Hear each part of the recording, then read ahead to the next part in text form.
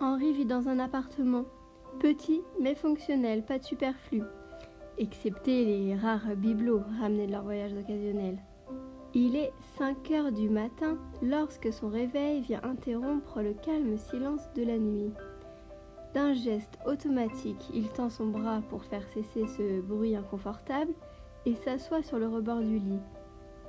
Tout en bâillant, il frotte les mains sur ses yeux et enfile ses pantoufles. De l'autre côté du lit, à l'entente du réveil, sa femme plonge sa tête sous l'oreiller. L'homme se lève et sans lever les pieds du sol se dirige vers la cuisine. Son corps, raide et rond, lui fait savoir qu'il prend de l'âge.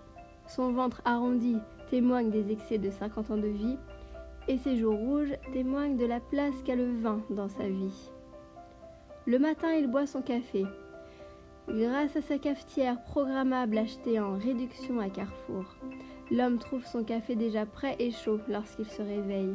Une fois le café servi dans une tasse et avalé, il la repose dans l'évier, tout en sachant qu'il va la retrouver le lendemain matin propre et rangée. Sa matinée continue dans la salle de bain. Les gestes sont automatiques et réalisés sans conscience. Une fois la toilette terminée, l'homme retourne dans la chambre où il trouve sur la chaise près du lit son uniforme, propre et repassé.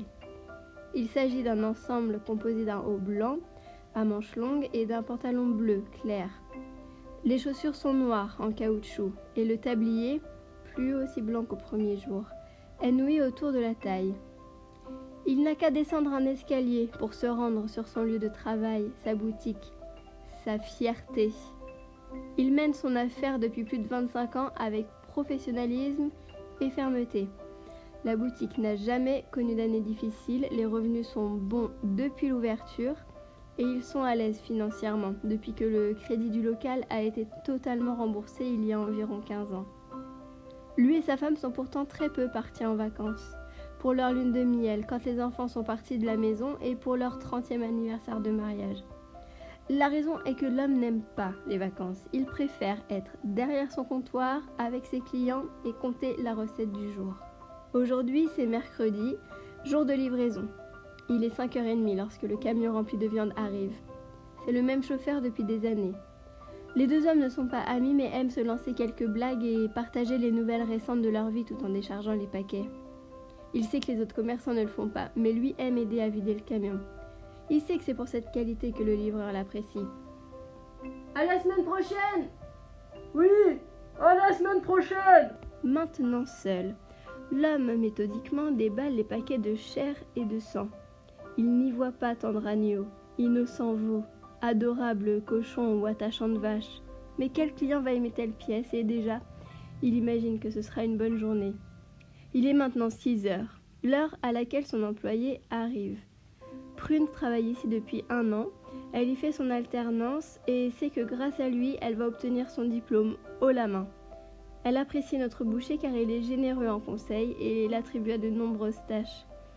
À peine arrivée, elle nettoie le comptoir, les vitrines, les rayons, les étagères, la caisse.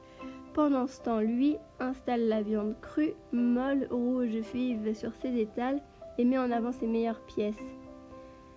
Ainsi, tête de veau et pieds de cochon sont placés de façon à appâter le client. Ni elle ni lui ne sentent l'odeur de mort, n'entendent les hurlements de souffrance, ne voient les cadavres prendre place dans la boutique. Ils n'y voient là que la satisfaction du travail bien fait. Il est 8 heures, sa femme arrive à son tour. Elle est petite, menue et mieux conservée que son mari. Derrière ses lunettes, on peut aisément deviner qu'elle a été une belle femme.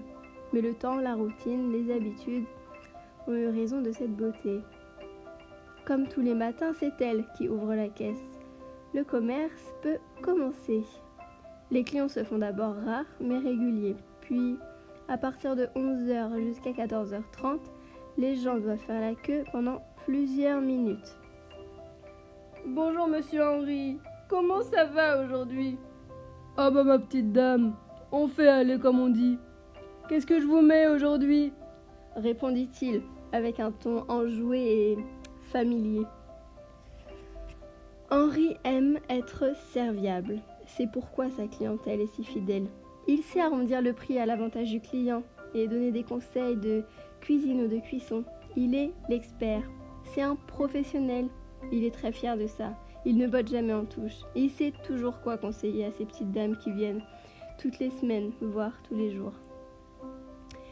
Lorsqu'il s'agit de découper la viande, il excelle. Son geste est précis, tranchant. Découper les corps est sa spécialité. Il découpe, martèle, broie, hache, et la vue de tout ce sang ne l'a jamais impressionné. Son sang à lui est froid. Il a la méthode et la précision d'un tueur en série. Il sait qu'il est un homme, un vrai et un bon commerçant. Il est indispensable à la ville et à ses habitants. Les gens l'apprécient et lui font confiance. Pas comme le boulanger. Un vrai canard, selon lui et d'autres commerçants avec qui il s'installe boire un verre une fois le flux de clients calmé. Mais il n'est pas macho, se défend-il souvent. La preuve, il laisse 2 femmes tenir seules la boutique. Ainsi est la vie de Henri et ainsi va continuer d'être la vie de Henri jusqu'à son dernier souffle. Il mourra d'une crise cardiaque quelques mois après avoir pris sa retraite. Le seul regret qu'il emportera avec lui sera qu'aucun de ses enfants n'ait repris le commerce et qu'il ait dû vendre ce qu'il appelle son bébé.